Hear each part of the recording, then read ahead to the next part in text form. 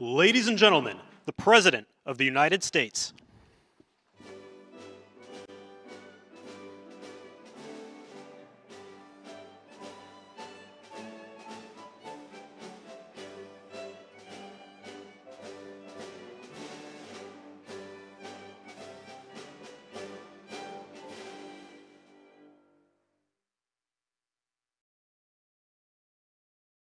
Nice group. What a brilliant group and a nice group. Nice to see you all. Thank you very much. Please sit down. Hold it. Have to be a gentleman. Yes, thank you, sir. Always. So we have a lot of press outside. I thought maybe we'd talk to friends before the press comes in. I don't know if the seat can be any lower. I think Bobby set it up.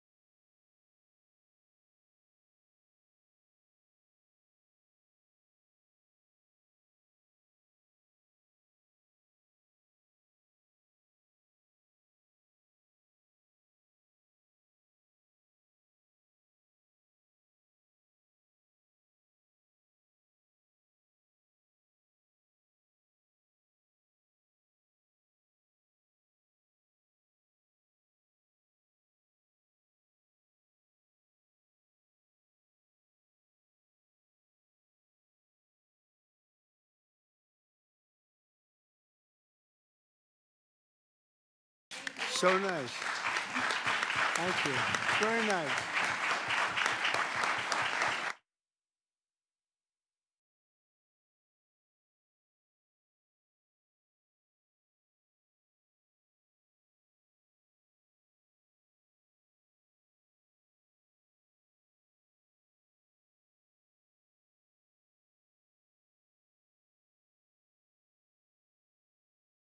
Brought $5.1 trillion back with us.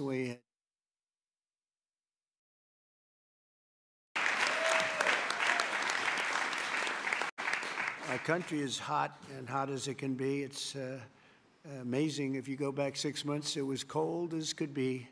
It was an embarrassment what was happening. And now I think we have the hottest country anywhere in the world. I don't even think it's close. I was told that also in the Middle East. The three rulers, three very good men that were very nice to us. They said, this is amazing, the transformation of the United States of America. They've never seen anything go so quickly.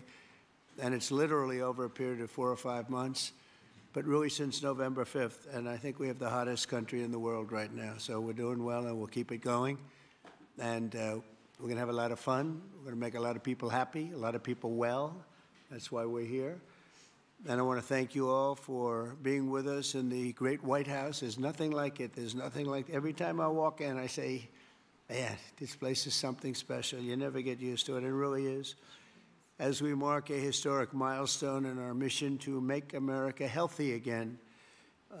You know, we started Make America Great Again, Bobby. I'm not sure you can get away with that without having to make a major payment because, you know, this was... I copyright Maha. He goes to Maha. But no, Maha's become hot. Over the past few years, we've built an unstoppable coalition of moms and dads, doctors and young people and citizens of all backgrounds who have come together to protect our children, very importantly, keep the dangerous chemicals out of our food supplies, get toxic substances out of our environment, and deliver the American people the facts as to really where we're going. And we want to have what we deserve, and we want to be healthy, and we want to have a lot of good things happen, and I think we're going to have that. I think this is just the beginning. We have some of the most brilliant people sitting on this panel, and likewise in the audience, I recognize so many. Many of them are in the administration. With us today is the man who fought harder than anyone I know to bring these issues to the center of American politics, our Secretary of Health and Human Services, Robert F. Kennedy, Jr. Bobby, thank you very much.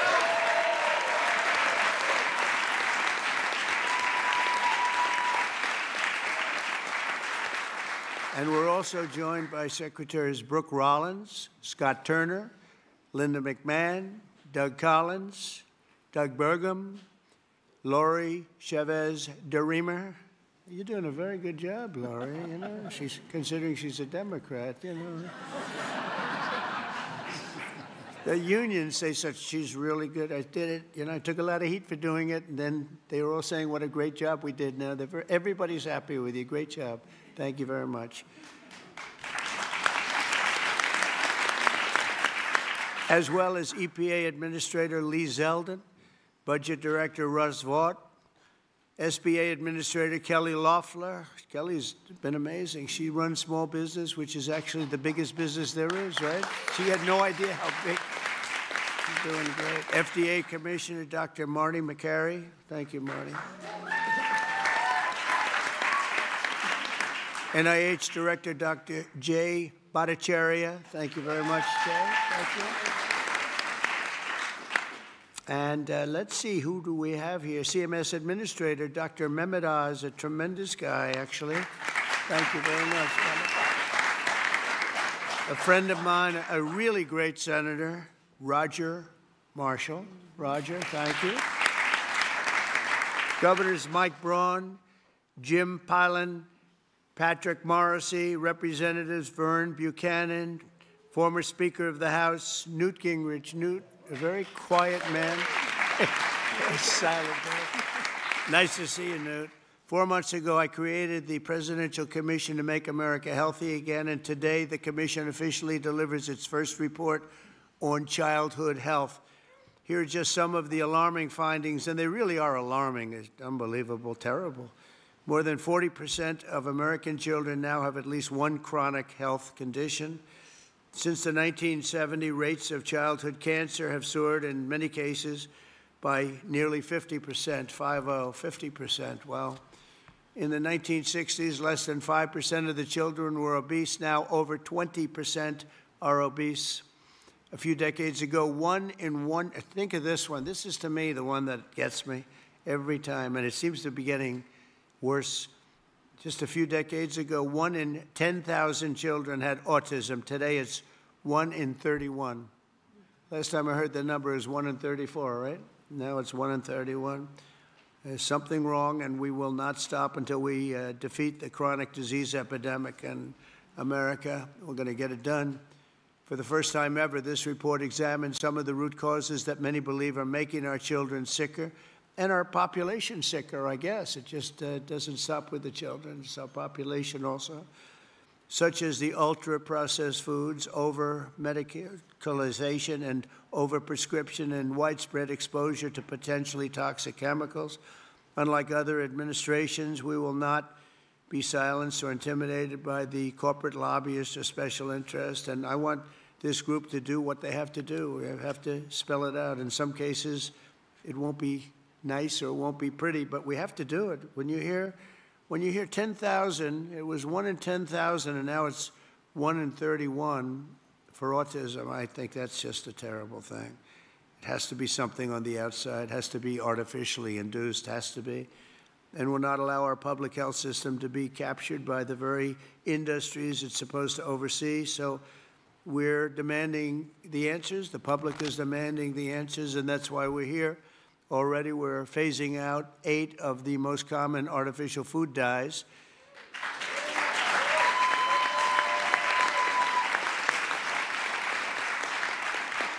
And we ended the most serious conflicts of interest at the FDA. We had a lot of conflicts over there.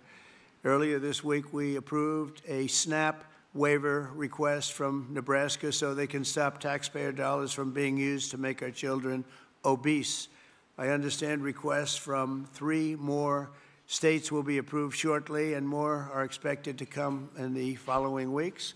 Over the next 80 days, the Commission will build on its work in this report to develop a roadmap to bold and transformative public health reforms for our consideration. It's a consideration, and we'll lay out the facts. Let me say congratulations to the entire MAHA movement. This movement has become very hot. People are really, I tell you, they're going crazy over MAHA.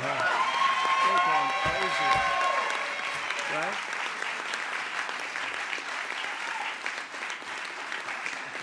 And I look forward to continuing the historic progress. And I will say this whole group, this whole table, they're very, you know, I use a word that's, because it's a beautiful word, actually. The Democrats took it and they used it instead of the word liberal. They used the word progressive.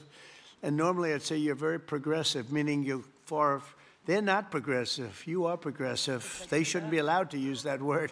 And and so therefore I'm not going to use it to describe you, but you are far forward thinkers. You're amazing thinkers, and we appreciate having you. There's tremendous talent around this table, the most respected people anywhere in the world, actually. And you know, I've been a fan of Bobby for years. He came up to see me 13, 14, 15 years ago, I remember, and he left.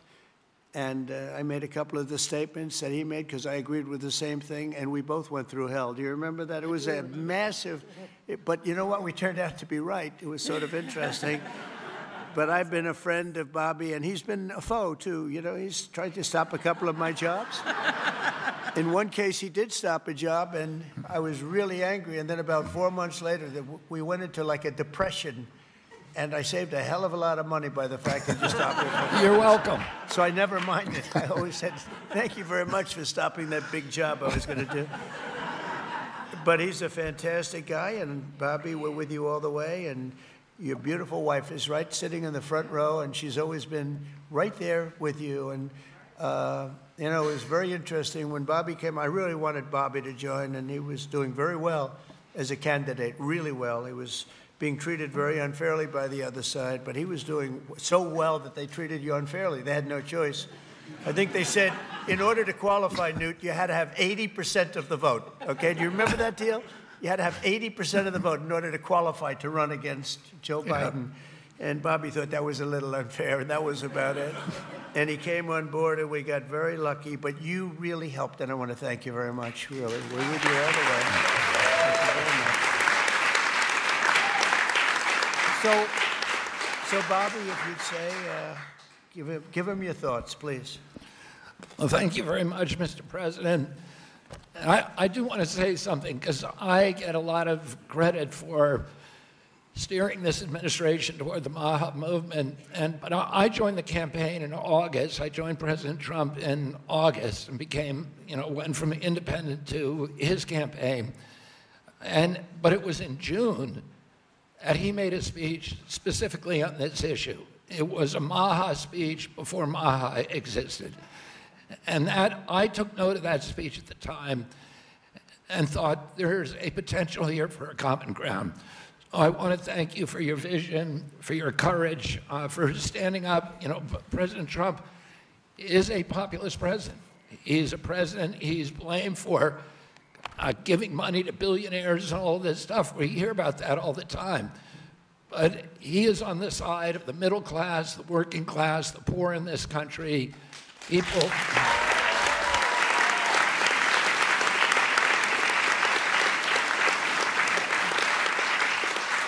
And I've been following, I've met every president since my uncle was president. And I've never seen a president, Democrat or Republican, that is willing to stand up to industry when it's the right thing to do, and they're willing to talk about really difficult issues and to hold his stand on those issues. I've never seen anything like it, and I'm very, very grateful to you. I've sat with industry again and again in a room with him and heard him say, we can't do that. We're going to do something different, deliver news that they didn't want to hear. So I'm grateful to this. This is a milestone. There's never in American history has the federal government taken a position on public health like this. And because of President Trump's leadership, it's not just one cabinet secretary, it's the entire government that is behind this report. And I can say again, I talked a little bit about when I met Rachel Carson as a boy. My uncle tried to do this, but he was killed and it never got done. And ever since then, we've been waiting for a president who would stand up and speak on behalf of the health of the American people and say, there is no difference between good economic policy, good environmental policy, and good public health policy, and good industrial policy. We can have all of them, but we need a united cabinet, and we need to go forward as a single people. I want to thank you for that, President Trump. Thank you very much. Thank you.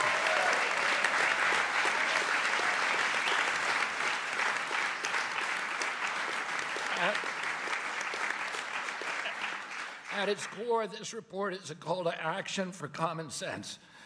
We've relied too much on conflicted research, ignored common sense, or what some would call mother's intuition. It's common sense that ultra-processed, nutrient-poor food contributes to chronic disease. It's common sense that excessive screen time and isolation lead to anxiety and depression, especially in children. It's common sense that exercise and healthy food should come before prescriptions and surgery. It's common sense that not all calories are equal in nutritional value. It's common sense that over-medicating kids is dangerous. It's common sense that we can celebrate the innovations of modern life while also demanding fearless inquiry into ameliorating the negative effects of medication, agriculture, and environmental practices. It's common sense that research funded by corporations deserves more scrutiny than independent studies.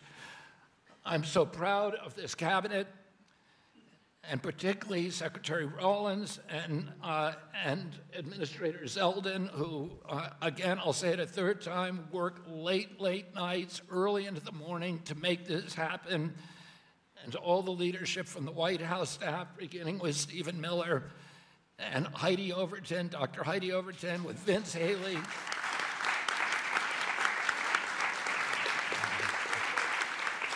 Their leadership and their steady hand in getting us to the goal line we could not have done it without them. They helped us grapple with weighty issues and committed this administration to solving large, complex challenges like children's health. We're joined here by senators, advocates, governors who I have worked with, and CEOs who I know who are all ready to begin carrying out this mission. This is the beginning of a conversation, a national conversation that we are going to have with maturity, with nuance, for the first time in history, thanks to your leadership, President Trump. There is a reason that the Maha Moms sided with you, President Trump. It's because this administration has the bravery to tell the truth and solve problems through innovation and not nanny state regulation. President Trump, I'm honored to present you the Maha report and work with this incredible cabinet that you have brought together to make our children healthy again.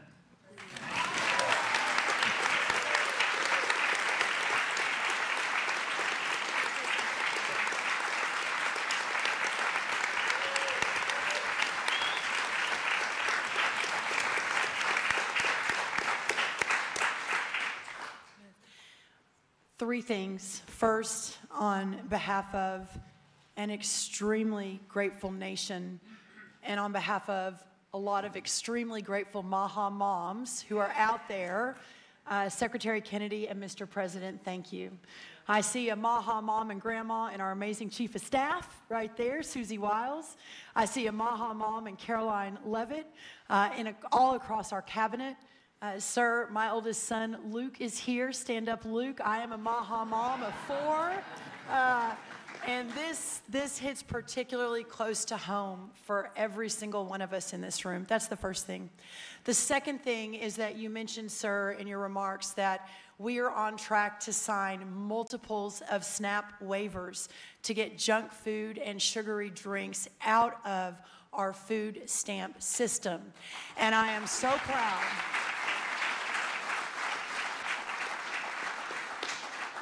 I am so proud to announce that on Monday, I was in Nebraska with Governor Pillen, where we signed the first one.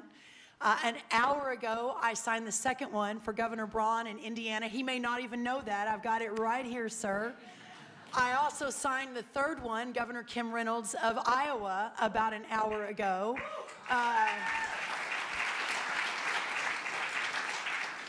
With a half a dozen more coming down the line. And sir, that has never happened before. Under Republican or Democrat administrations, we have never made that happen before. So I am so proud and so grateful for your leadership. Morrissey here, who was the first one to apply from West Virginia. Oh, Governor Morrissey.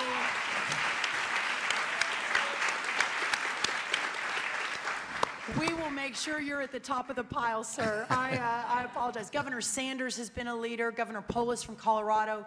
It has been remarkable how these governors have stood up. That's the second thing. The third and final thing, sir, is we all know that at the center of making America healthy again is making American agriculture great again.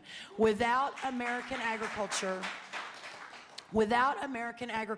at the center of this discussion, we have the most robust, the safest, the best agriculture system in the world.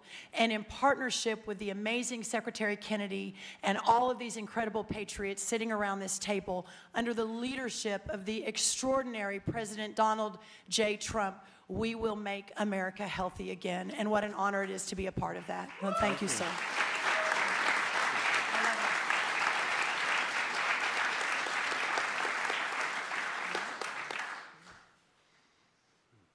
Mr. Policy Man, you want to say something? Big policy man here. Well, so much has already been said, but in your remarks, Mr. President, you made clear. This is Vince Haley, by the way. In your remarks and in the report, it's very clear that there are no sacred cows when it comes to our children's health. We are showing the courage to turn over every stone to figure out, to investigate what is behind the chronic childhood disease crisis, and that's what this report represents, sir. Thank you, Vince. Thank you. Are you wanting to have other people speak? We've had everybody speak. Oh, good. Most have already spoken. That's very good. But the fake news wasn't here. What's going on? I mean, Oz, I want to thank you for your work. Would you have anything to say to the media? Thank you, sir. I think it's a moral failing if we don't address this, but it's definitely a financial failing as well. 50% of children are on Medicaid or on the CHIP program. It is an obligation we all have to address this reality. As you know, the cost of Medicaid has gone up 50% in 5 years. Right. I thank you very much for having the bravery to commission this report, and Secretary Kennedy, Secretary Rollins, Lee Zeldin, everybody else on this panel for being able to effect what has not been done since this law for Medicare and Medicaid was written in 1965. God bless you. Thank you very much, Oz. Thank you.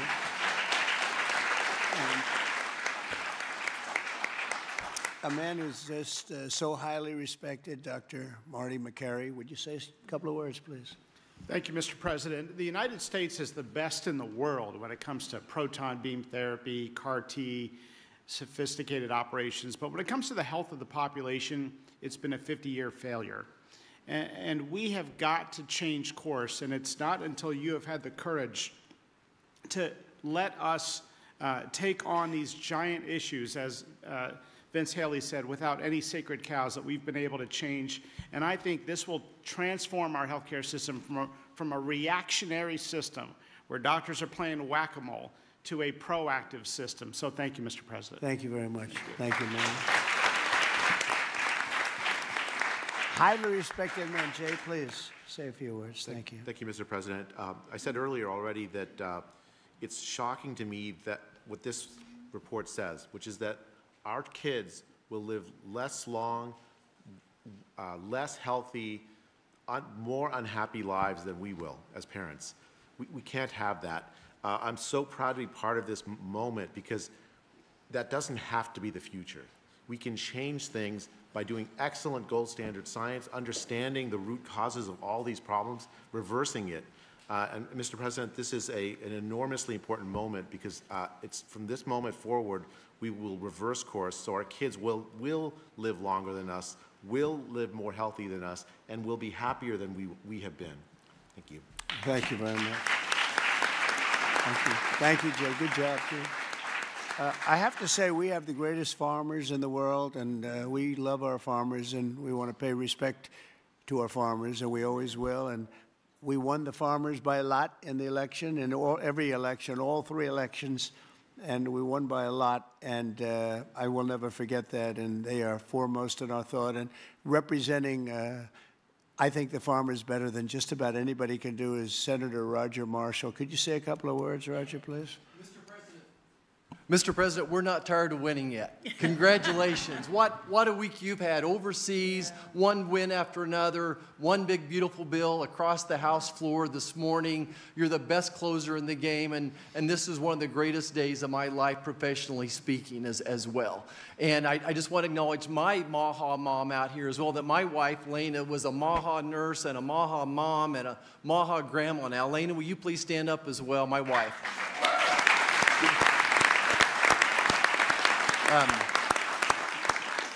Mr. President, as you know, I spent 25 years delivering babies most every day. We saw a huge epidemic of diabetes, of pregnancy, and this has exploded in so many different directions now. We have an epidemic in mental health in our youth, obesity rates 20, 30%, 20% of our children on a prescription drug, 60, 70% of adults on a prescription drug. We can do better than this. And it does start with the farmer. It starts with soil health. And I just want you to know that our farmers are so committed to this as well. And so many of them are already doing great things. They're making the soil healthier. They're using less pesticides. They're doing all the right things. It's going to take a little bit more effort and time to get everybody with those practices. But the American farmer and rancher were the original environmentalists, the original conservationists, and they'll be right here working beside us. And we appreciate your support of them as well. Thank you, Roger. Great. Thank you.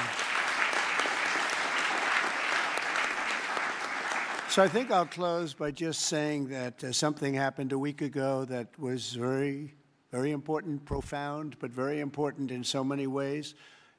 For years, I noticed that other countries paid much less for drugs and pharmaceuticals than we did. But I don't mean 2% less or 10%, which would be good, but I don't mean 20 or 25 or 30%. I mean, sometimes we paid 10 times more, 12 times more, 13 times more than other countries, where people from our country would be seen going into Mexico and seen going into other countries, leaving on trips and bringing their drugs home because they'd get in London, they'd be able to buy a drug for 1/10 the price of what it costs in New York City. And I watched this. And I watched it during my term, and I didn't like it. I didn't like it. And it's a very complex system, but, you know, we're smart also, maybe much smarter than they are. And at some point, we had to figure out, and I heard it was the middleman. Nobody told me who the middleman was. Nobody knew who the middleman was. Nobody ever heard. All I heard is the middleman. I said, they've got to be the richest people in the world, whoever they are. We don't even know if there is a middleman. All I know is that the drugs were 10 times higher and sometimes more than that. And I really got into it over the last year, and I figured the whole system out.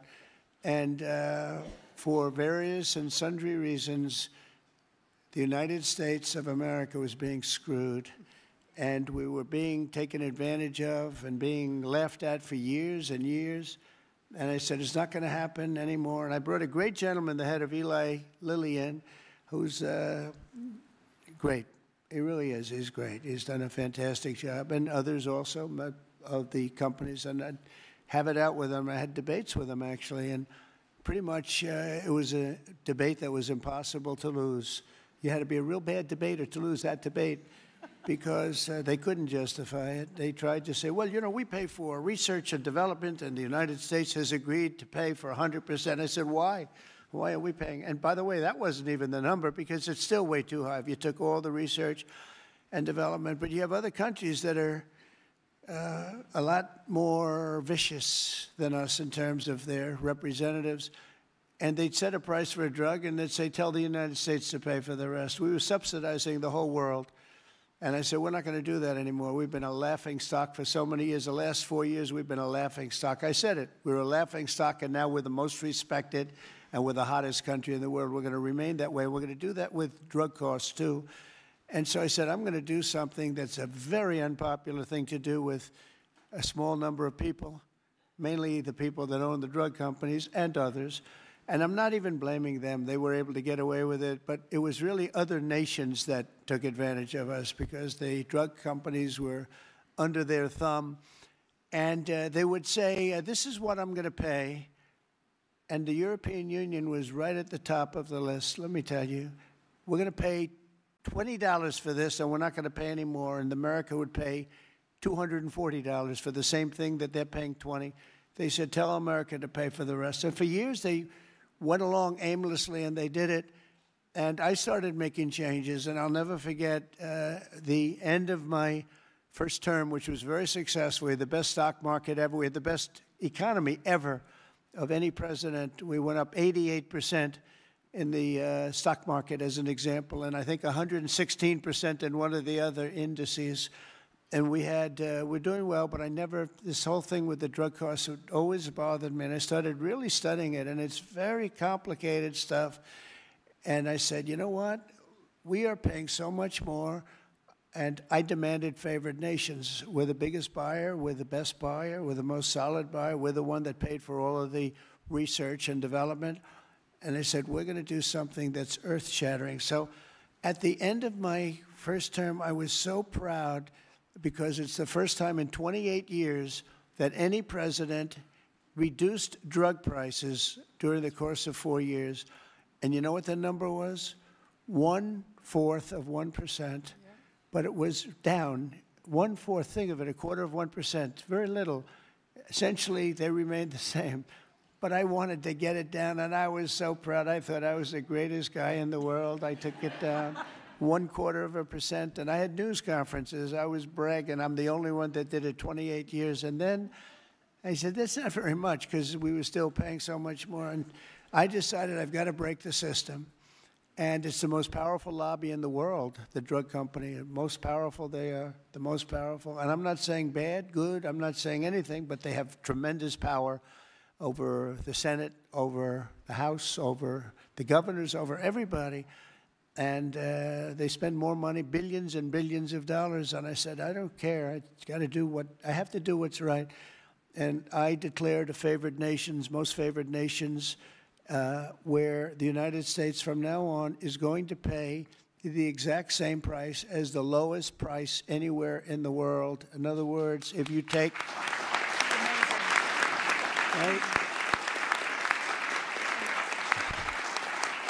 In other words, if you take the country that's paying, and let's say in a certain part of, there may be some country out there that pays a little bit less for very good reasons because of the fact, a thing called poverty or whatever. But we take the lowest country, say European Union countries as a whole, that would be fine. Or take individual countries within the European Union, or take various countries that nobody's even heard about. We pay the lowest. And what that's going to mean, and I'd like to put somebody to police it because it should start immediately. It shouldn't start in 2 years, 3 years, 5 years. They'll say, yes, it kicks in. They always say kicks in, Marty. It kicks in, sir, in 4 years, and then 4 years they get it changed. It should mean, so remember I told you I was happy with 1/4 of 1%. It could mean anywhere from 70% to 89% reduction in drugs and pharmaceuticals. That's a little different, right? And I've actually had some congressmen call me and they say, sir, can we talk about this? I said, no.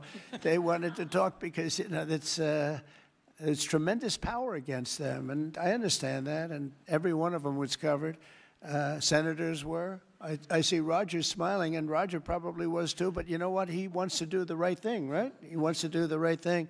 And we're doing the right thing. We're taken advantage of, and forget the drug company, we're taken advantage of by other countries that insisted with the drug companies that they were going to pay X dollars, and we're not paying any more, and you're not doing business here. And they were nasty about it because these people are almost sort of afraid of them.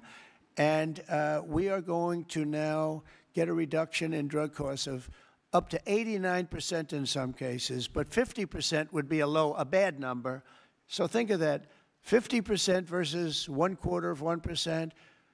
Think of that, 85, 89, 91, 72%. It's going to be massive numbers. It's going to be incredible for Medicaid, incredible for all forms of health care. Medicare is going to be, it's going to have a huge impact, so big that nobody can calculate it. I mean, this thing could drop by 25, 30%. The drugs are a very big part of it, right? So very big part. So it'll affect everything. It'll affect your whole life. The amount of money you're going to be saving is going to be incalculable. Nobody can believe I had the courage to do it. I don't think it's courage. I think it would have been courage not to do it. I tell you what, not to do it would have taken far more courage, because I was tired of it. And I was listening to these guys, and they are, they make a lot of money every year, millions and millions of dollars a year.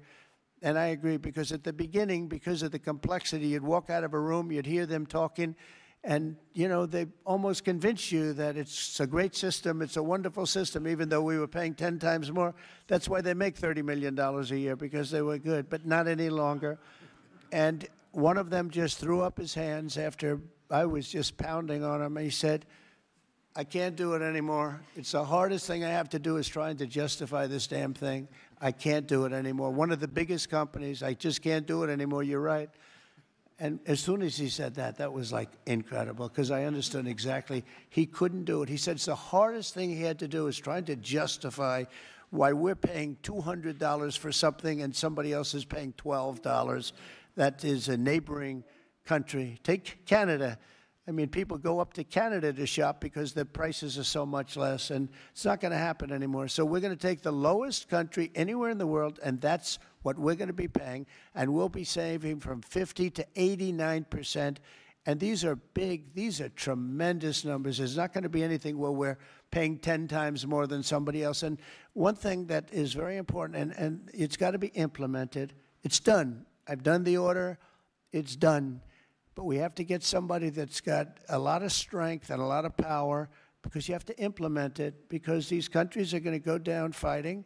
They don't want this to happen because they're going to go up. Now, there are many more people involved in the world than there are here. So they'll go up a little bit, maybe 15, 20%, and we're going to go down 60, 70, or 80%. But they will fight the drug companies. The drug companies are very worried that they're going to fight, and that's okay. If they fight, we'll just say, that's okay. We are not going to let you sell any more cars into the United States, or we're not going to let you sell any more wine or liquor or alcohol or something that's actually much more important to them than the drugs. And we're going to be able to force that issue if we need to. They should do it. We're basically equalizing.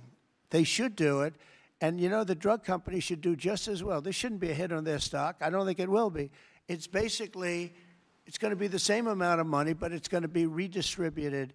And it's going to be redistributed, so they're going to pay a little bit more, and we're going to pay a lot less. A little bit more because there's so many more. So, it's a bigger number.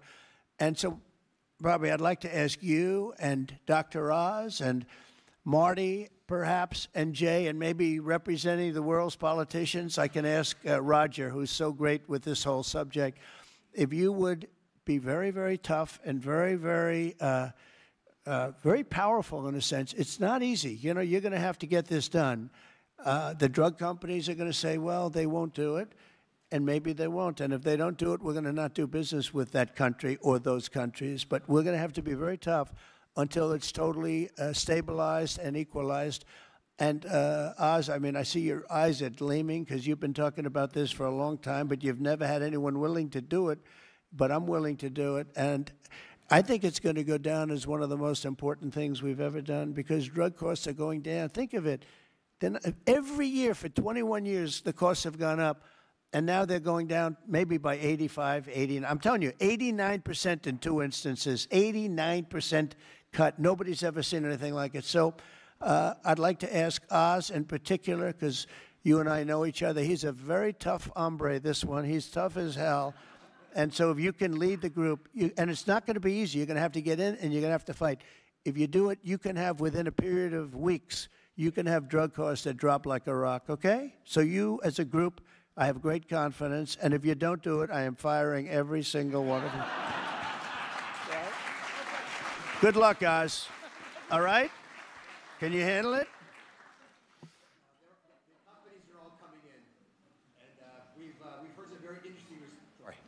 companies are all coming in. We've had some very promising interactions. So Okay, good. I Well, give you a you're little gonna time be to the be a tough ones- hombre.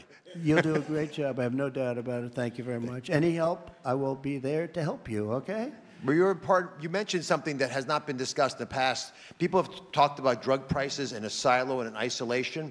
But when you start going to the countries where they give discounts to because they're getting beaten up there and you support these companies, they see a huge upside potential, and even greater than the numbers you mentioned. Right. They should be able to charge more than what they would historically have been tolerant of if they have the support of the U.S. government and you. And Secretary Kennedy is aware of all these discussions. Well, they were artificially low and artificially high. We were artificially high. They were artificially low. We're not going to let that. And I think you're going to be able to handle it pretty easily. But speed is very important because we can do this immediately. This doesn't take 2 years, 3 years. It doesn't take a month. So do the best you can. Thank you very much. Thank you, everybody. Thank you very much. Thank you, Bobby. Are we concluded, Bobby? Yes. Go ahead. Why don't you Thank you, finish it Mr. off? President. Let's all give a hand for President Trump for his leadership. Thank you.